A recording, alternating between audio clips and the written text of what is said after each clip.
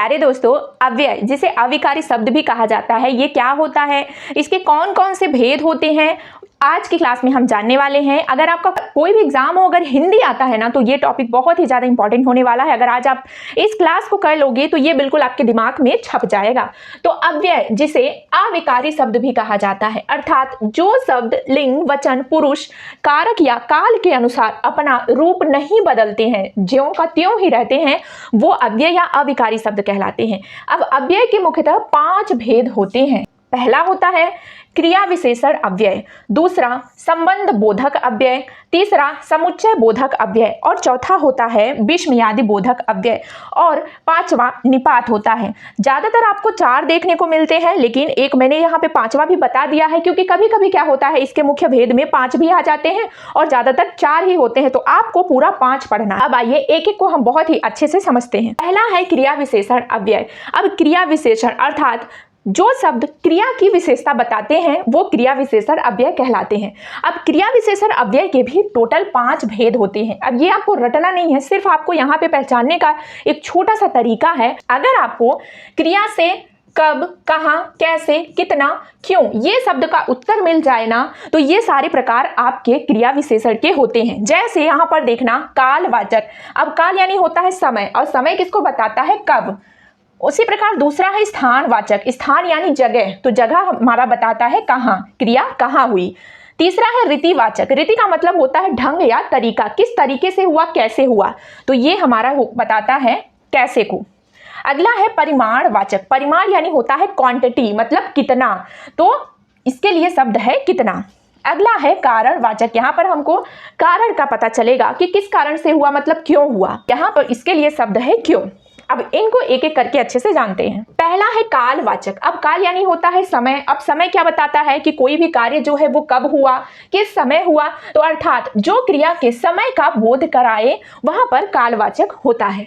जैसे यहाँ पर हम कल बाजार जाएंगे, अगर हम यहाँ पर कब शब्द का उत्तर ढूंढेंगे तो हम कब बाजार जाएंगे, तो हम कल बाजार जाएंगे, तो ये हो जाएगा कालवाचक। अगला है स्थानवाचक। स्थान यानी जगह, तो स्थानवाचक में क्रिया के स्थान का या जगह का बोध कराया जाता है, और यहाँ पर हमें कहाँ शब्द का उत्तर मिलता है। जैसे बच्चे मैदान में खेल रहे हैं, तो बच्चे कहाँ खेल रहे हैं, बच्चे मैदान में खेल रहे हैं, ठीक है। अगला है रीतिवाचक। रीति यानी होता है ढंग या तरीका, तो यहाँ पर आपको क्रिया के ढंग या रीति का या तरीका का बोध कराया जाएगा, और आपको कैसे शब्द का उत्तर मिलेगा। जैसे बच्चे खुशी खुशी नाचे। बच्चे कैसे नाचे, बच्चे खुशी खुशी नाचे, यहाँ पर आपको कैसे शब्द का उत्तर आसानी से मिल गया। अगला है परिमाणवाचक। परिमाण यानी होता है क्वांटिटी, और यहाँ पर आपको कितना शब्द का उत्तर मिलेगा, अर्थात जो क्रिया की मात्रा या परिमाण का बोध कराए। जैसे उदाहरण देखिए, सीमा थोड़ा खाती है। सीमा थोड़ा खाती है, भाई कितना खाती है सीमा, सीमा थोड़ा सा खाती है, तो यहाँ पर परिमाण की बात हो रही है। अगला है कारणवाचक। कारणवाचक में क्रिया के कारण का बोध कराया जाएगा, और आपको वाक्य में क्यों शब्द का उत्तर मिलेगा। जैसे वह बीमार था इसलिए विद्यालय नहीं गया। क्यों विद्यालय नहीं गया, क्योंकि वह बीमार था, ठीक है, इसलिए विद्यालय नहीं गया, तो यहाँ पर आपको उत्तर मिल गया। अगला है मैं इस कारण जल्दी निकल गया। अब यहाँ पर आपको 2 प्रकार से वाक्य पूछा जाएगा। एक में आपको कारण दे देगा, जैसे यहाँ पर दे दिया वह बीमार था इसलिए विद्यालय नहीं गया, कारण बताया गया है। और एक वाक्य में ऐसा होता है कि कारण जो है वो छुपा रहता है, वाक्य जो है वो पूरा नहीं रहता, कारण छुपा हुआ रहता है। जैसे मैं इस कारण जल्दी निकल गया, अब इसके पीछे कोई ना कोई कारण होगा कि मुझे लेट हो रहा था इस कारण मैं जल्दी निकल गया, ऐसा होता है, तो ये दोनों हो जाएंगे कारणवाचक के।